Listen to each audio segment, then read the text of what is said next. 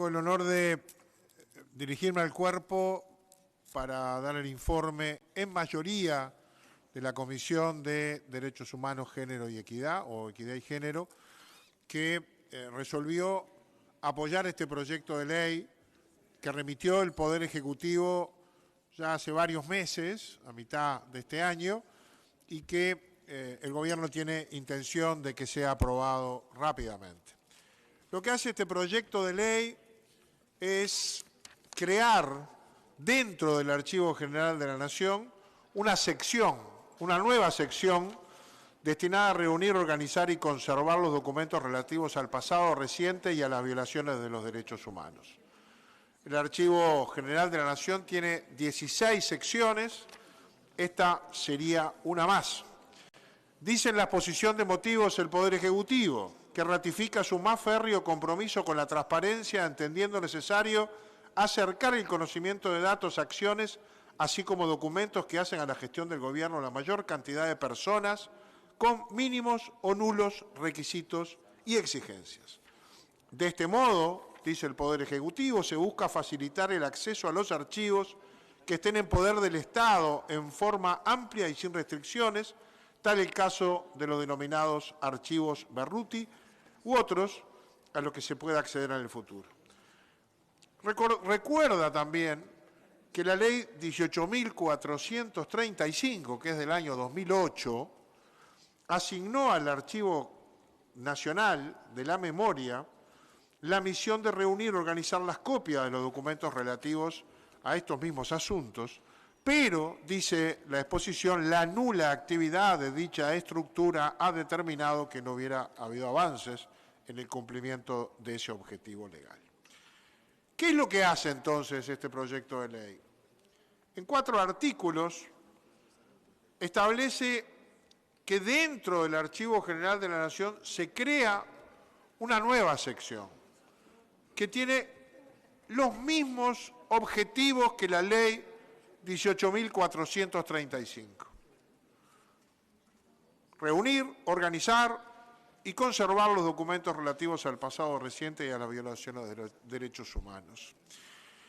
Lo hace dentro de un organismo que ya existe y que tiene la especialidad, las capacidades necesarias para archivar, los profesionales aptos para la tarea, la trazabilidad que esos documentos requieren, la estructura material y cultural de la organización para conservar, mantener y poner con la delicadeza que ello requiere a disposición del público estos materiales. Que por supuesto, con las nuevas tecnologías, tienden a dejar el papel y poder estar a disposición de modo digital. Ya el 75% de los archivos disponibles están en esas nuevas plataformas. ¿Qué dice el segundo artículo de este proyecto? Dice que el acceso al contenido de la sección que se crea será libre. Y esta es la base del proyecto, la libertad, sin perjuicio del mantenimiento, y acá está el segundo aspecto importante, del mantenimiento en reserva de los datos vinculados a la vida privada y el entorno familiar de los individuos, así como la información que pueda ser considerada sensible o pasible de afectación a terceros. Y aquí le pido a la mesa que recoja un pequeño cambio que debe llevar, dice tercero, le falta la S, terceros, de acuerdo a lo dispuesto por la ley 18.331, también del 2008.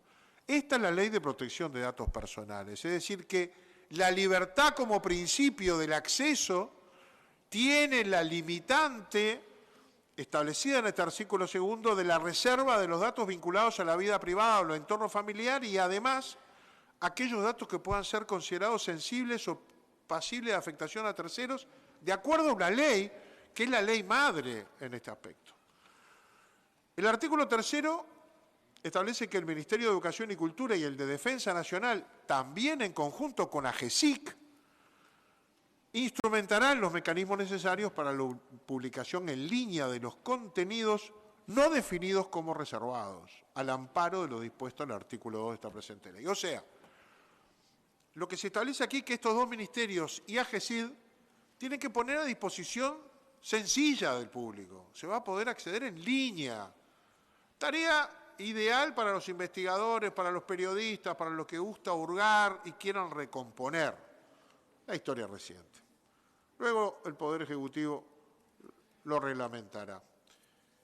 Quiero agregar acá que esta no es la versión de la historia reciente. Estos acumulan documentos, materiales que tienen que ver con ese tiempo, pero la historia no se construye solo con estos documentos. No estamos aquí publicando o haciendo pública la verdad. Estamos haciendo público el contenido de estos documentos que hasta ahora han quedado reservados. Fíjese usted que la ley 18.435, que fue promulgada el 12 de diciembre del 2008, fíjese, dice en su primer artículo, créase, aquí crea un archivo, créase el Archivo Nacional de la Memoria, dependiente del Archivo General de la Nación, también en el MEC. O sea, aquel creaba un archivo y lo hacía dependiente del Archivo General de la Nación. Este crea una sección del Archivo General de la Nación. La diferencia no es demasiado relevante. Dice en su artículo 3, actividades principales. La misión del Archivo Nacional de la Memoria será la de reunir y organizar, igual que esta sección, las copias de los documentos relativos a las violaciones de los derechos humanos y dice coordinando el acceso y la difusión con la AGESIC, igual que ahora. Por lo tanto, no hace otra cosa que recoger la sustancia de aquella ley.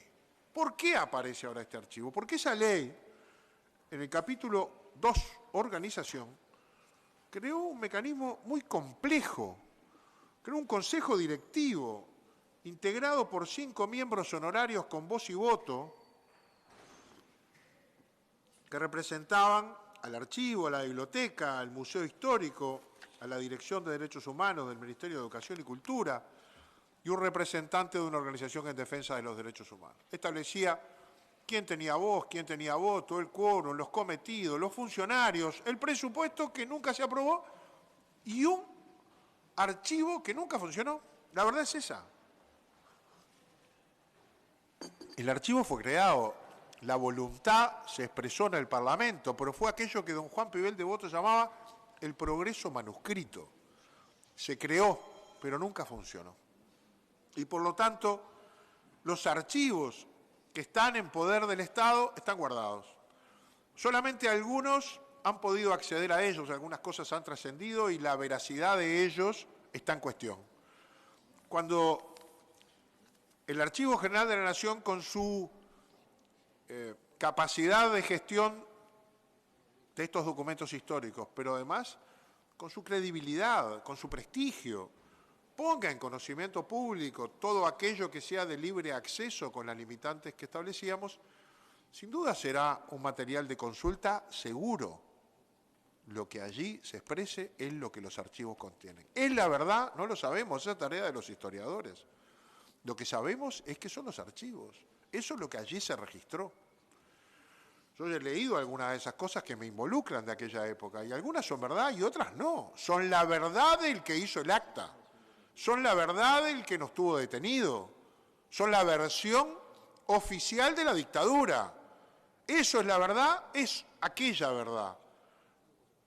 Pero no tenemos ninguna posibilidad de las otras dos opciones. Una opción es mantenerlos guardados, escondidos. Y la otra opción es que haya algún censor, alguien que diga, esto sí, esto no. Esto se publica, esto no se publica. Esto es verdad, esto no es verdad. Y si no es verdad, no se publica. No. Lo único que limita el conocimiento y la disposición pública son las leyes que en términos generales protegen los datos personales. Y creo que eso es absolutamente suficiente para enmarcar este asunto.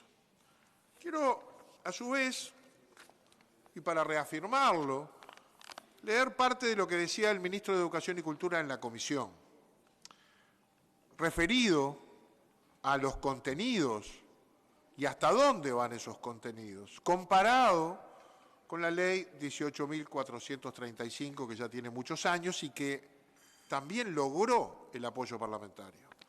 Dice, referido a los criterios de acceso, dice, los que estamos manejando son exactamente los mismos que cuando se aprobó la ley 18.381, creación del Archivo Nacional de la Memoria. Creo que acá hay un error, debe ser la 18.435. La 18.381 es la de acceso a datos personales. Dice, por aquello de la historia fideligna de la norma, considero que esto es un punto interesante, porque el proyecto de ley que llegó a la Cámara de Representantes, y remarco yo que llegó a la Cámara de Representantes, la iniciativa del Poder Ejecutivo, no la que se aprobó, y el proyecto que llegó a la Cámara de Representantes, evaluado por el oficialismo de la época, estamos hablando del 2008, decía el ministro, decía que cualquier persona que fuera mencionada en el Archivo Nacional de la Memoria podía solicitarle que se suprimieran sus datos personales de las copias de los documentos originales que se entregan a los interesados. Además, establecía que quedan exceptuados quienes hubieran participado en violaciones de los derechos humanos, fueran civiles, policías o militares. Esto decía el proyecto de ley que entró a la Cámara de Representantes, pero no está en el que finalmente se votó. El Parlamento de la época, con sus mayorías parlamentarias, desechó esa aproximación y optó exactamente por la que nosotros le estamos dando ahora, que básicamente tiene que ver con la ley sobre el derecho de acceso a la información pública. Entonces, ni siquiera estamos innovando en esto, sino prolongando una opción que fue la que hizo este Parlamento con sus mayorías en aquel momento, en 2008. Es decir, este proyecto, en las expresiones del ministro de Educación y Cultura, Pablo Silveira, recoge el mismo espíritu con que resolvió en el 2008 el Parlamento Nacional, con sus mayorías de aquel momento, este asunto, hasta dónde ir, hasta dónde proteger. Y lo hace en el marco de la 18.381. Nosotros creemos que es suficiente. Es verdad que la comisión no recibió a decenas de organizaciones que pudo haber recibido, pero también es verdad que para nosotros, por lo menos para la mayoría de la comisión, fue suficiente, porque es un tema largamente discutido, porque es un tema que tiene una ley que lo regula, que no se aplicó, y porque esta lleva el mismo espíritu que la ley que no está aplicada y que tiene muchos años de vigencia. Simplemente voy a sugerir algo más que no hace a la cuestión de fondo, pero me parece ajustado a la técnica legislativa.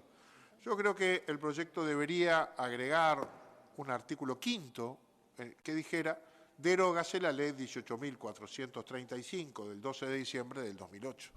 Porque esa ley, que nunca fue aplicada, como decíamos, abordaba el mismo asunto con otra solución institucional, con los mismos contenidos, pero con otra solución constitucional. Y por lo tanto, si se aprobara el otro ya no tendría sentido. Y creo que entonces, más allá que la derogación podría ser tácita, a lo mejor es conveniente por técnica legislativa agregarlo en el texto explícito de este proyecto que analizamos. Por ahora es cuanto tenía que informar, señora presidenta.